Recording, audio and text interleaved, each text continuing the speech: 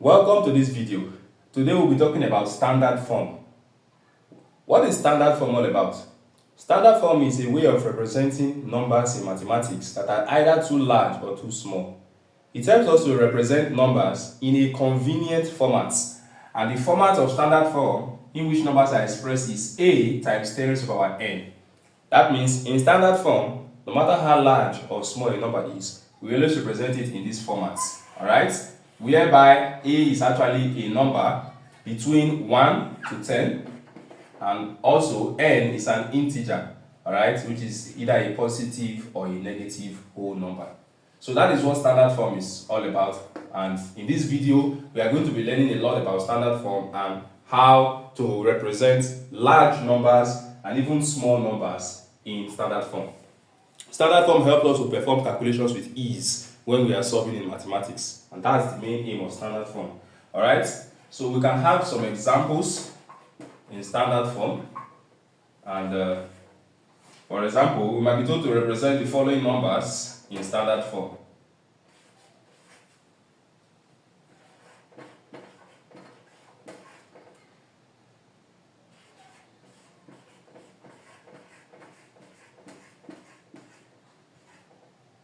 Alright,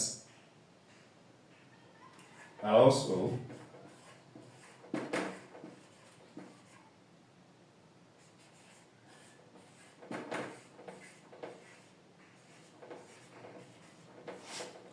alright, now let's look at these examples. So we are to represent these numbers in standard form.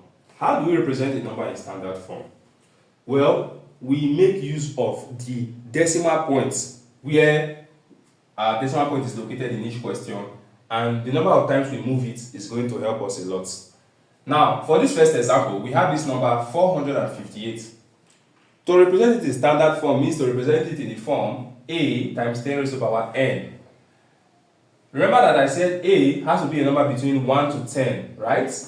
So we have to move this 458 is the same as 458.0, which means we have to look for how to put our decimal points in between the first two digits. Alright? Why is it in between the first two digits? Because that is the only place we can get this number to be between 1 to 10. Alright, if we move it just one digit backwards, we are going to have 45.8, and that's bigger than 10. So we need to move it until we get to a number that is in between 1 to 10. So if you move it 2 times, 1, 2, you are going to have 4.58. Alright? Now take note of the number of times you moved. Since we moved backward 2 times, we are going to have this other part times 10 raised to power. This n will now be 2, and that's the final answer. So this 2 tells us how many times we moved backwards to get this number to become in between 1 to 10.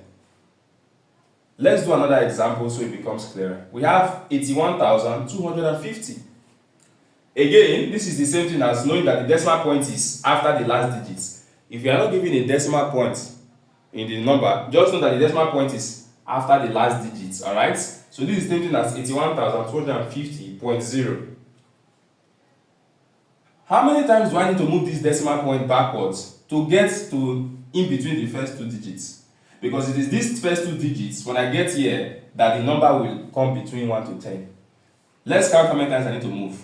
This is 1, 2, 3, and 4. So I need to move 4 times. And after moving 4 times, the decimal point is now here. So I'm going to now have 8.125. You can ignore these zeros, or you can put them if you want. Times 10 raised to power. How many times did I move? 4 times. So that's the answer. Alright? Now we have this question, which is 4 billion. We are told to represent this very large number, 4 billion, in standard form. Again, this is the same thing as 4 billion. The decimal point is here, right? After the last digits. So how many times do I need to move to get to in between the first two? Alright? Because I need to move it here so that it becomes 4.0, a number between 1 to 10. So how many times do I need to move? 1, 2, 3, 4, 5, 6, 7, 8, 9 times. So when I move 9 times, it is now, the decimal point is now here. So I'm going to write 4.0. You can ignore the remaining zeros because any zeros after a decimal point does not matter. Alright, this is 4.0 times 10 raised to power. How many times did I move? 9 times. So that is what standard form is all about. It's all about reducing the length of a very large number or a very small number, expressing it raised times 10 raised to a power. Now look at this example.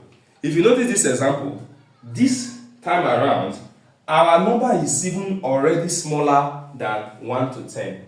In the other examples we did, all the numbers were bigger than 10. 458, 81,250, and even 4 billion. They were all bigger than 10. So we had to move backwards to get to a number that is in between 1 to 10.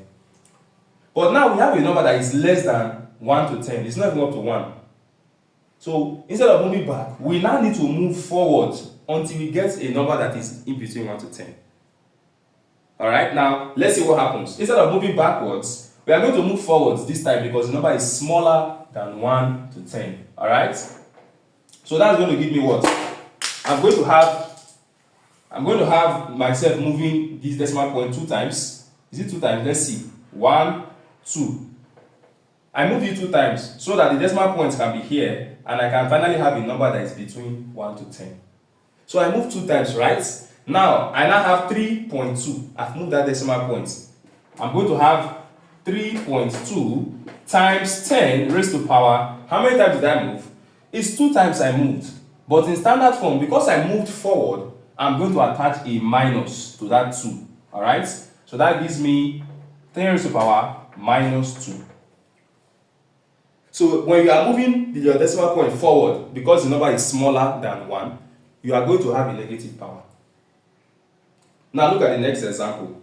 When you have 0.0000631, it's much smaller than 1 as well. So we need to move forward until the decimal point gets to between these first 2 numbers. Then we stop. How many times do I need to move forward? Let's count. 1, 2, 3, 4, 5 times until I get there. So it will now be 6.31. Alright? So I'm going to have 6.31 times 10 raised to power what? Minus 5. So it is minus 5 because I moved forward.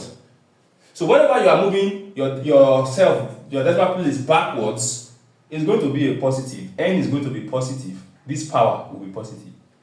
But if you are moving forward, because the number is smaller than 1, you are now moving forward to get to something greater than 1, you are going to have a negative power. In the next video, we'll solve more examples on standard form.